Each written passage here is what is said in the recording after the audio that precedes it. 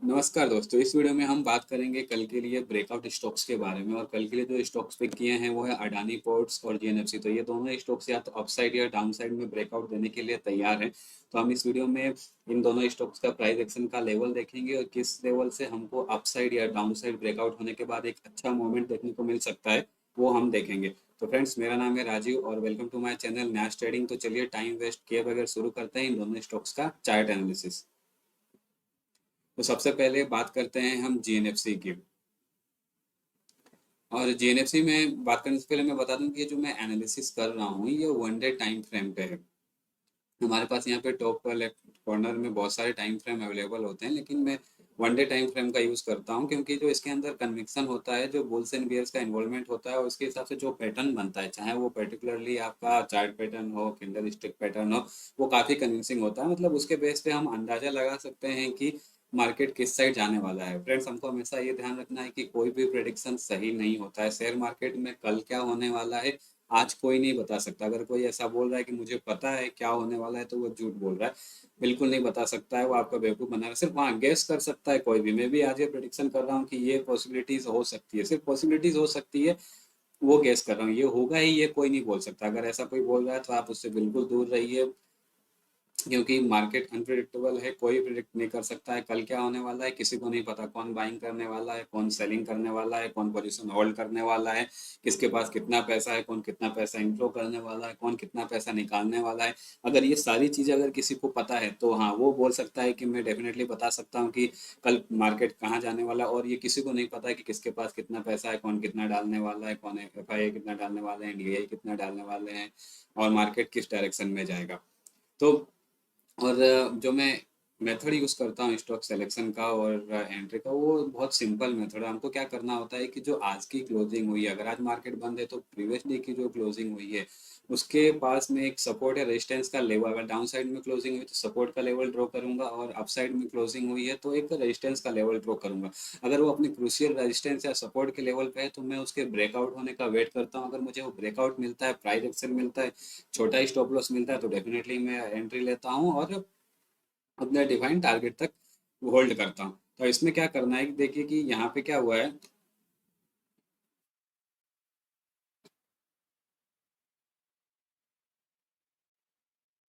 ये वाला जो क्लोजिंग हुई है कल की, ये यहाँ पे एक, इसको मैं थोड़ा सा पीछे लेके जाता हूँ तो ये मेरा लेवल निकल के आ रहा है। यहाँ पे मैं देख रहा हूँ कि ये पहले यहाँ पे एक सपोर्ट का लेवल था, ठीक है। फिर यहाँ पे भी सपोर्ट किया, ब्रेक किया, नीचे आया, फिर ऊपर गया। ये एक रेजिस्टेंस का काम किया यहाँ पे, फिर ऊपर गया, फिर ये नीचे आया और यहाँ पे ये सपोर्ट का काम किया, और ये वापस इसी लेवल पे आके अपने सपोर्ट के लेवल पे। और दूसरा अगर मैं देखता हूँ तो ये एक छोटे टाइम फ्रेम में, छोटे टाइम के लिए यहाँ पे एक राउंडिंग टॉप पैटर्न बनाया हुआ है। राउंडिंग टॉप पैटर्न बनाया है, जो कि क्या होता है, एक बियरिश पैटर्न है। मतलब अगर ये अपने इसके जो ये नेक लाइन है, ये वाली जो नेक लाइन है, अगर ये नेकलाइन को ब्रेक कर देता है तो ये तेजी के साथ नीचे आने का ट्राई करेगा। तो मुझे ये पता चल गया है कि इसका लेवल कहाँ पे है और ये क्या करने वाला था। अब कल क्या होता है कि मान लीजिए मार्केट सेंटीमेंट नेगेटिव होते हैं और ये अपनी नेकलाइन को ब्रेक कर देता है, ओवरऑल मार्केट नेगेटिव होते हैं, या फर्टिलाइजर ये पर्टिकुलर स्टॉक नीचे जाने का ट्राई करता है, तो ये क्या करेगा, यहाँ से नीचे आएगा, वापस इसको रिटेस्ट करेगा और लोअर लो बनाएगा। यहाँ पे क्या बनाएगा, ये लोअर लो बनाएगा। तो मुझे क्या करना है, यहाँ पे एंट्री लेनी है। लोअर लो बनाने के बाद ही मुझे यहाँ पे एंट्री लेनी है। और ये जो इसका नियरेस्ट यहाँ पे जो स्विंग हाई होगा, जब ये रिटेस्ट करने के लिए ऊपर जाएगा तो यहाँ पे एक स्विंग हाई बनेगा। जैसे मार्केट नीचे आया फिर इसको रिटेस्ट किया, जरूरी नहीं है कि वो अपने सपोर्ट के लेवल को इसको टच ही करे, थोड़ा नीचे रह सकता है, थोड़ा ऊपर जाके नीचे आ सकता है। तो रिटेस्ट करके जब ये लोअर लो बनाएगा तो यहाँ पे एंट्री लूंगा, और ये जो स्विंग हाई बनेगा, चाहे वो यहाँ पे बने, चाहे एग्जैक्ट यहाँ पे बने या थोड़ा ऊपर बने, वो मेरा स्टॉप लॉस रहेगा। तो ये मुझे ये ध्यान रखना है। और दूसरी चीज और एक इसमें देखने वाली बात है कि ये वाला जो लेवल है, जस्ट मिनट, तो ये वाला जो लेवल है यहाँ पे काफी एक इंटरेस्टिंग लेवल है ये। यहाँ पे मैं देख रहा हूँ कि पहले यहाँ पे इसने एक रेजिस्टेंस लिया था, फिर यहाँ पे ये सपोर्ट लिया, फिर यहाँ पे रेजिस्टेंस लिया, मतलब ये काफी अच्छे लेवल पे है अपने। तो यहाँ से अगर ये इसको ब्रेक करके नीचे जाता है तो हमको डाउन साइड में एंट्री लेनी है। दूसरी चीज ये भी हो सकती है कि जैसे ये यहाँ से ऊपर गया, यहाँ से ऊपर गया, यहाँ से ऊपर गया तो हो सकता है ये वापस यहाँ से ऊपर जाने का ट्राई करे, क्योंकि मार्केट में हिस्ट्री अपने आप को रिपीट करता है। तो पॉसिबिलिटीज है कि यहाँ से ये ऊपर जाने का ट्राई करे। अगर ऐसा करता है तो सेम चीज हमको वही ध्यान रखना है कि मान लीजिए अगर यहाँ से ऊपर जाने का ट्राई करे, ऊपर जाने का ट्राई करे तो सपोर्ट से बाउंस होगा, रिटेस्ट करेगा और हायर हाई बनाएगा। ध्यान रखना है, हायर हाई बनाता है तो हमें यहाँ पे अपसाइड में एंट्री लेनी है। और ये जो स्विंग लो होगा उसका हमारा ये स्टॉप लॉस लगेगा स्विंग लो पे। ध्यान रखना है, रिटेस्ट करे बाउंस हो और हायर हाई बनाए तो हम इसमें अप साइड में एंट्री लेंगे। तो हमें दोनों साइड में एंट्री लेने के लिए इसलिए तैयार रहना रहता है क्योंकि कल मार्केट कहाँ जाएगा ये किसी को नहीं पता है। तो जिस साइड में भी मार्केट जाए उस डायरेक्शन में हमारे लिए लेवल्स होने चाहिए, हमारी एंट्रीज होनी चाहिए, तो हम इसमें एंट्री लेंगे। तो इसके लिए अगर मैं लेवल की बात करूँ तो इसका बाय का लेवल रहेगा वो 637 का, और सेल का लेवल रहेगा बिलो 631 का। और जैसे 631 के लेवल को अगर ये ब्रेक करके नीचे आता है तो ये वाला जो लेवल है, ये वाला जो लेवल जो 589 का 519 का जो लेवल 90 का जो लेवल है वहां तक आने का ट्राई कर सकता है एक सेशन में या दो तीन सेशन में। तो ये एक सपोर्ट है यहाँ पे, अगर यहाँ से ब्रेक करके नीचे आता है तो इस लेवल तक आने का ये ट्राई कर सकता है, ये वाला लेवल जो है आपका इस लेवल तक। तो इसके बीच में हमको एक अच्छा मोमेंट देखने को मिल सकता है। और हमको अगर मैं स्टॉप लॉस की बात करूं तो एंट्री लेने के बाद हमको स्टॉप लॉस हमेशा दो ध्यान रखना है। स्टॉप लॉस के लिए दो पॉइंट हमको ध्यान रखना है। पहला कि जो मार्केट प्राइस है, जो शेयर का प्राइस है, मार्केट प्राइस का या ये जो शेयर का पर्टिकुलरली शेयर का प्राइस बोलिए, उसका 1% से अंदर होना चाहिए। क्योंकि क्या होता है कि इसमें 1% का मूवमेंट काफ़ी इजीली मिल सकता है। अगर ये 2% या 3% रहता है तो उतना मूवमेंट मिलना आसान नहीं होता, क्योंकि मार्केट कितना मूव करने के बाद हमको एंट्री दे रहा है, 1% मूव करने के बाद एंट्री दे रहा है क्या, 2% मूव करने के बाद एंट्री दे रहा है क्या। तो वो डिपेंड करता है कि 1% मूव, तो अगर 2% भी मूव करने के बाद दे रहा है तो बहुत इजीली मिल सकता है। तो हमको जो प्राइस के हिसाब से टोटल 1% के अंदर रखना है। कि मान लीजिए कि 500 का ये स्टॉक है कोई, तो इसका 1% होता है 5, यानी 5 रुपए के अंदर का हमको स्टॉप लॉस लगाना है। और जो स्टॉप लॉस होना चाहिए वो टोटल कैपिटल का भी लेस देन 1% होना चाहिए। मान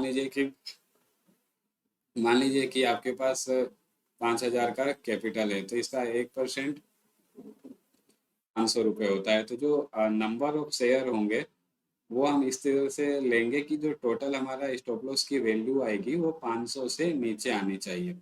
वो हमको ध्यान रखना है।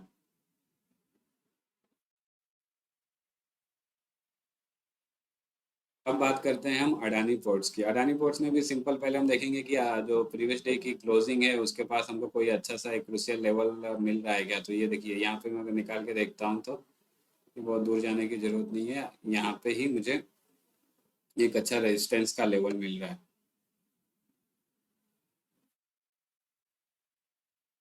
ये है देखिए,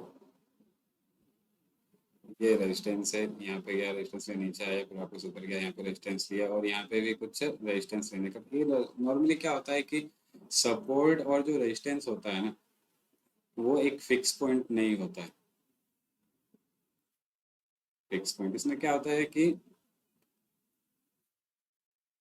एक रेंज होती है हमेशा, जो सपोर्ट और रेजिस्टेंस को डिफाइन करती है। रेंज होती है जो हम नॉर्मली इसको हम क्या बोलते हैं कि डिमांड और सप्लाई जोन जो होता है ना, डिमांड और सप्लाई जोन। तो एक पूरा एक जोन होता है। जो डिमांड जोन होता है वो आपका नॉर्मली सपोर्ट का लेवल होता है, और जो ये सप्लाई सप्लाई जोन होता है वो रेजिस्टेंस का लेवल होता है। तो हमको ये ध्यान रखना है कि ये कभी भी एक फिक्स पॉइंट नहीं होता है। जैसे नहीं, जैसे मैंने 500 का पॉइंट, 500 का लेवल बता दिया या 100 का लेवल बता दिया या 200 का लेवल, नहीं, ये 205 हो सकता है, 195 हो सकता है, ये 510 हो सकता है, 490 हो सकता है। तो इसके एक रेंज में रहता है। तो वो हमको ध्यान रखना है कि सपोर्ट या रेजिस्टेंस का कोई फिक्स पॉइंट नहीं होता है, एक पर्टिकुलरली हमेशा रेंज में रहता है। तब इसमें क्या होगा कि अगर अडानी पोर्ट में कल हमको तेजी देखने को मिलती है और मार्केट में अगर हमको तेजी देखने को मिलती है तो क्या करेगा, ये जो इसका रेजिस्टेंस का लेवल है इसको ब्रेक करेगा, रिटेस्ट करेगा और अपसाइड जाने का ट्राई करेगा। अपसाइड जाने का ट्राई करेगा, अगर हायर हाई बनाता है तो हम अपसाइड में एंट्री लेंगे। और हमको जो ये स्विंग लो बनेगा यहाँ पे हमको अपना स्टॉप लॉस लगाना है। और दूसरी चीज़ ये भी हो सकती है कि यहाँ से ये नीचे आने का ट्राई करे, नीचे आने का, जैसे यहाँ से नीचे आया, यहाँ से नीचे आया, यहाँ से नीचे आया, तो नीचे आने का ट्राई करे तो रिटेस्ट करेगा, नीचे आएगा, इसको रिटेस्ट करेगा और लोअर लो बनाएगा, तो वहाँ पे हम एंट्री लेंगे और जो इसका स्विंग हाई बनेगा वहाँ पे हम अपना स्टॉप लॉस लगाएंगे। तो इसके लिए अगर मैं लेवल की बात करूँ तो बाय का लेवल रहेगा वो 1458 का, और सेल का रहेगा बिलो, सॉरी हाँ 1428 का। तो वो फिर से बताता हूँ, बाय का लेवल रहेगा 1458 का और सेल का लेवल रहेगा बिलो 1428 का। और हमको स्टॉप लॉस टोटल कैपिटल का लेस देन 1% लगाना है, और जो शेयर की वैल्यू होती है उसका भी लेस देन 1% रहना चाहिए। मैं लेस देन 1% इसलिए बोल रहा हूँ क्योंकि जो आपकी प्रोबेबिलिटी होगी वो बढ़ जाएगी, क्योंकि इसमें क्या होता है कि मार्केट पूरा प्रोबेबिलिटी पे काम करता है, और कि आपकी एंट्री लेने के बाद ऊपर जाएगा नहीं जाएगा, कितना ऊपर जाएगा ये भी हमको नहीं पता है। तो 1% लगाने से ये रहता है कि हाई प्रोबेबिलिटी कि 1% तो अगर उसमें मोमेंटम है तो इजिली 1% कवर कर सकता है। और हमको टारगेट अपने जो रखना है वो रिस्क रिवॉर्ड रेशियो 1:1 रखना है। टारगेट का मैं पर्टिकुलरली स्टॉप लॉस और टारगेट का पॉइंट नहीं बताता हूँ। नॉर्मली हमको जो टारगेट रखना है 1:1 रखना है। यानी मान लीजिए आपने 5 रुपए का स्टॉप लॉस लगाया, तो जब तक 5 रुपए का प्रॉफिट नहीं आता है उस शेयर में, तब तक हमको एग्जिट नहीं होना है। तो एटलीस्ट 5 रुपए का वेट करना है, आने के बाद हमको या तो पार्शियल बुक कर लेना है या फुली बुक कर लेना है, ये हमको हमेशा ध्यान रखना है। और मैं आपको स्टॉप लॉस और टारगेट का पॉइंट इसलिए नहीं बताता क्योंकि मार्केट अनप्रिडिक्टेबल है, कल क्या होने वाला है किसी को नहीं पता है। आज मैं कोई आपको स्टॉप लॉस का पॉइंट बताऊं, कल वो पॉइंट आए ही नहीं, गैप अप ओपन हो जाए, गैप डाउन ओपन हो जाए, वो मिले ही नहीं। टारगेट का पॉइंट बताऊं वो अचीव ही नहीं हो, एक रेंज में ही रह जाए।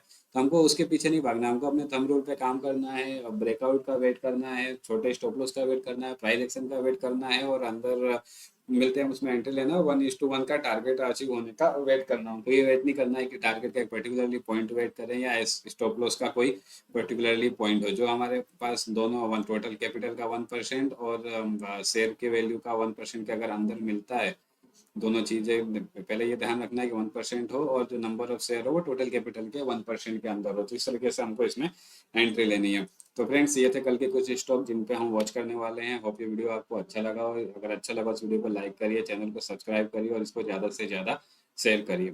Thank you.